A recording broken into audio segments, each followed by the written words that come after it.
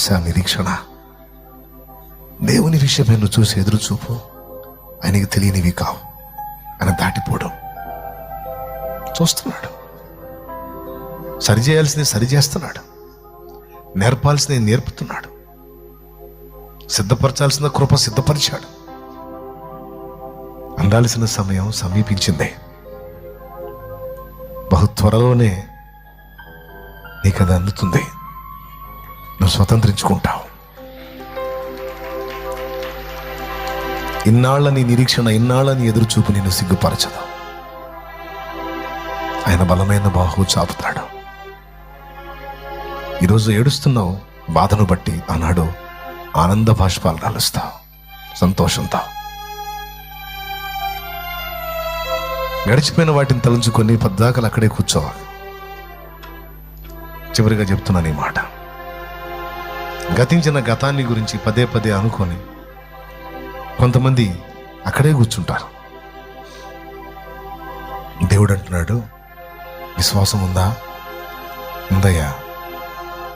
అట్లయితే మళ్ళా ప్రారంభించు. జారిపడ్డావా? అక్కడే కూర్చోవద్దు. పడటం తప్పు కాదు, పడ్డ చోటే ఉండటం తప్పు. పడటం తప్పు కాదు, అడుగు జారింది పడ్డావు, ఎటుగుడి పడ్డాను కదా ఇంక అక్కడే ఉందామని కూర్చున్నావు చూడు, అది తప్పు. ఓడిపోవటం తప్పు కాదు, ఓటమిలోనే కూర్చుండిపోయావు చూడు, మళ్ళా గెలుపు కోసం ప్రయత్నించకుండా, అది తప్పు. లే, మళ్ళీ పోరాటం ప్రారంభించావు. పొడుస్తున్న ప్రతి పొద్దు నీకొక నిరీక్షణ సంకేతం. సంవత్సరములు జరుగుతుండగా ఆయన తన కార్యాలను నూతనపరుస్తాడు. నీకు అనుగ్రహిస్తున్న ప్రతి నూతన శుభోదయం నీకొక నిరీక్షణ సంకేతం.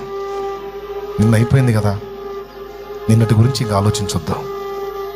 ఈరోజు సూర్యోదయం అవుతుంది చూడు క్రొత్తగా, అలాగున నీతి సూర్యోదయం నీకు కలుగుతుంది.